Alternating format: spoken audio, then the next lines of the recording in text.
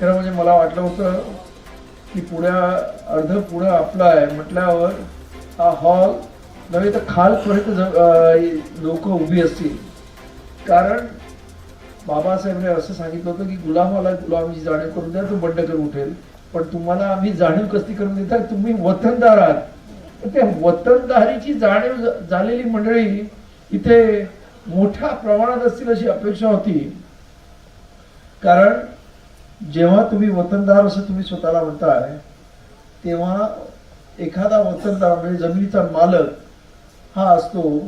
परंतु आज आपण पाहतो की आज आपण फक्त नामधारी वतनदार राहिलेलो आहोत आणि परत एकदा आपल्याला या आंदोलनातून आपल्याला खऱ्या अर्थानं वतनी जमिनी म्हणजे वतनदार व्हायचं आहे. खरं म्हणजे याच्यामध्ये अनेक जणांचं असं म्हणणं आहे की आपल्याला आपण जे काही काम करत होतो म्हणून या जमिनी मिळाल्या, परंतु इतिहास असं सांगतो की ह्या इनामी जमिनी आहेत आणि ह्या नवाबापासून त्या खालपण म्हणजे इतर राजा आणि रजवाड्याने आपल्या लोकांना दिलेल्या आहेत. आणि त्या देण्याचं कारण असं होतं की आपलं शौर्य बघून, आपल्या पूर्वजांचं शौर्य बघून त्या जमिनी आपल्याला मिळालेल्या आहेत. परंतु दुर्दैवाने नंतर आलेल्या पेशवाईने नंतर आपल्यावरती घातलेल्या अनेक अटी आणि अनेक ह्याच्यामुळं आपल्याला असं वाटायला लागलं त्या जमिनी म्हणजे आपण जी काही गावठी करायचो त्याच्यासाठी मिळाल्या, परंतु ते सत्य नाही. तर ह्या जमिनी म्हणजे इनामी जमिनी आणि इनाम कोणाला दिलं जातं, बक्षीस कोणाला दिलं जातं, जे काही आपण कार्य करतो म्हणजे शूरत्व दाखवतो काहीतरी. त्या काळामध्ये लढाया व्हायच्या राजांच्या, त्याच्यामध्ये तुम्ही तुमच्या पूर्वजांनी दाखवलं जे एक प्रकारचं शौर्य आहे, त्याच्याबद्दल इनाम म्हणून पूर्वी दुसरं काही दिलं जायचं नाही, तर जमीन दिल्या जायच्या. आणि त्यामुळं या जमिनी ह्या आपल्या पूर्वजांनी केलेल्या शौर्याचं प्रतीक आहे हे आपण लक्षात घ्या.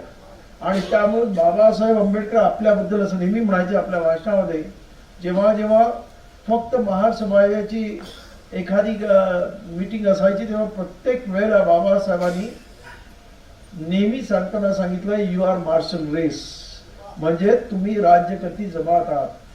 पण दुर्दैवानं आम्ही भिकाऱ्यांच्या मागे लागलो आणि आम्हाला दुर्दैवानं आमच्यातलं शौर्याचं पौरुषत्व गेलं की काय अशी आता मला खंत वाटायला लागली.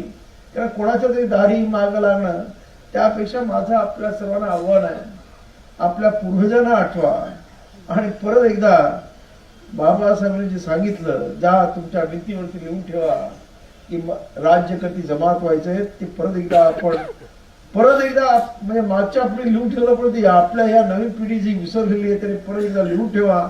मला पूर्ण खात्री आहे की आपण जर मनात आणलं तर हे शक्य आहे.